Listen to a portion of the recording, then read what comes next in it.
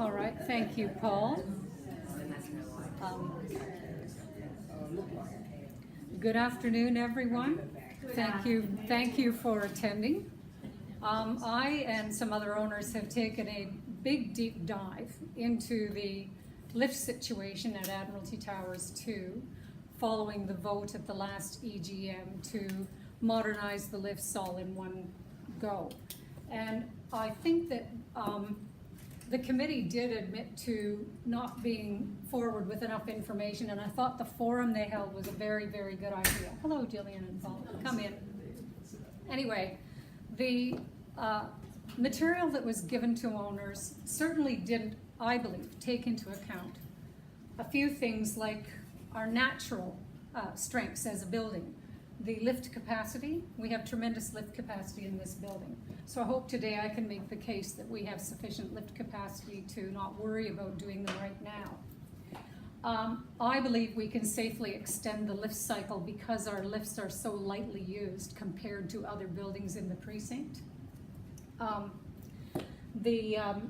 Maintenance, the Coney tender, which nobody saw because they tendered straight to the committee with a non-conforming tender, incorporated maintenance and spare parts. And the reason why maintenance is so important in deciding when to do your lifts is to assess what's wrong with the lift, which systems tend to be failing, which lifts are problems, and you can make good decisions if you have a look at the maintenance log. I believe there'd be significant cost savings to extend the life of the lifts. And the Coney offer related to reliability and flexibility, because there were some things in that offer related to safety, wheelchair accessible, things like the speed of doors opening and closing. I think our doors are set to a fairly slow cycle anyway. And for questions, the reason Coney can't be here is because the chairman rang Coney and strongly instructed him not to come to the building. So I'm not Coney's mouthpiece here, but I'm just, I've done a body corporate search, and I'm presenting material that was discovered during the search and other material that was provided by Coney when we met with them. So I don't know whether Coney can take any of your questions, but perhaps Paul can sort that out. Okay. So the Coney tender, as I've already said, was a non-conforming tender, and it was sent straight to the committee. Now the Coney tender differed from the others that you saw in the general meeting. The option to extend the life of our lifts until spare parts became available was not given to owners. And the ThyssenKrupp and Liftronics did not include the option to extend the life of our lightly used lifts. And I think that's something that's been a bit overlooked, because I think there are some big advantages to extending the life cycle. There's a picture of Coney. For those of you who are new to the building, this was taken during the 2011 floods, and I can tell you, memories came flooding back. We were very, very glad to see the lift people turn up and get our lifts back into service. So Coney have been doing our maintenance for the last 10 years. And right now we're using ThyssenKrupp to do that maintenance. So back when this all started, as far as I can tell from my search of the body corporate records, it first started in late 2017 with the committee thinking, well, it might be about time to modernize the lifts. Let's naturally talk to Coney. And in their first meeting with Coney, it was noted that the lifts are in very good condition for their age and fall into the lowest quartile for breakdowns. And that's probably technical speak for they don't break down very much. They're in the very lowest percentage of breakdown, and that's from the minutes of the 30th of August 2017. Further advice to the committee was given in September 17, saying that your elevator system is in good condition commensurate with its age.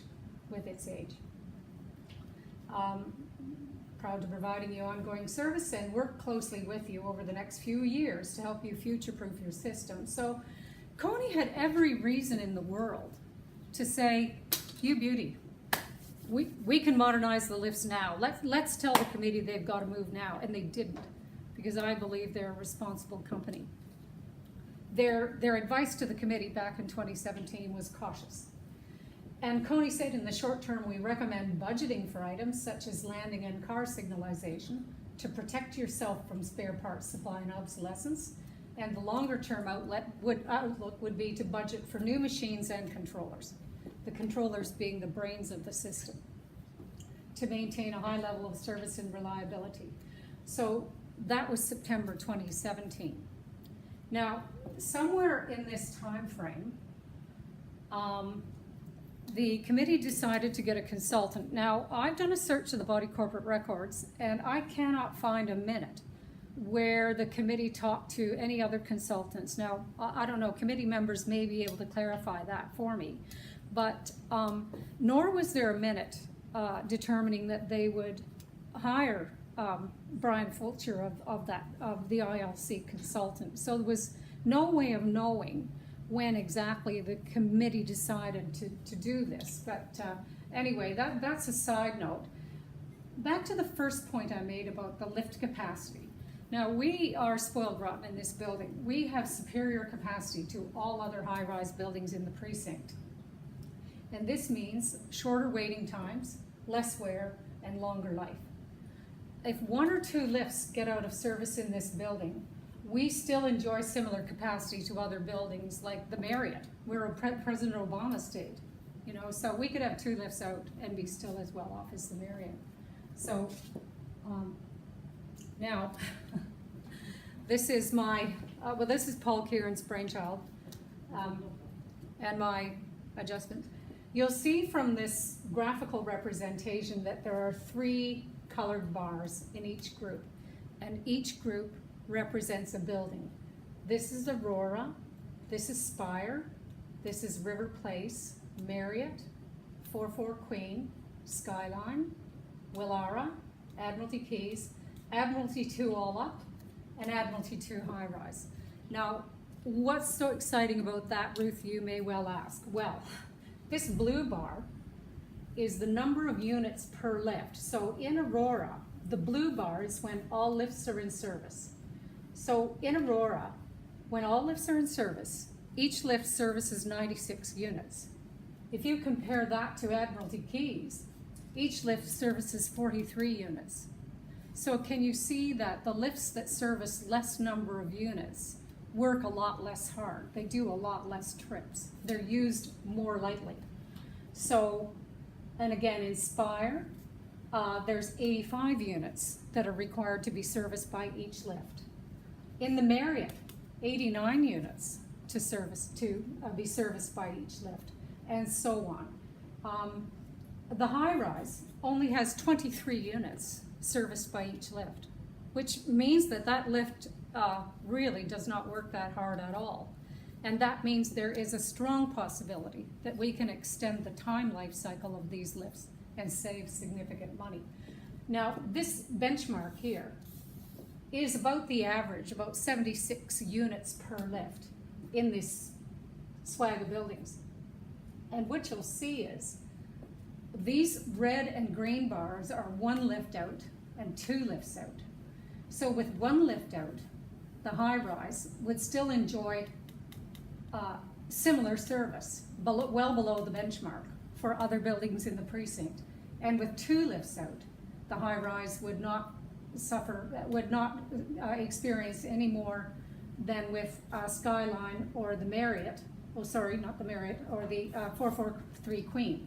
So that benchmark is an important thing to think about when you think about if you have 1 or 2 lifts out of service, how much disruption will there actually be?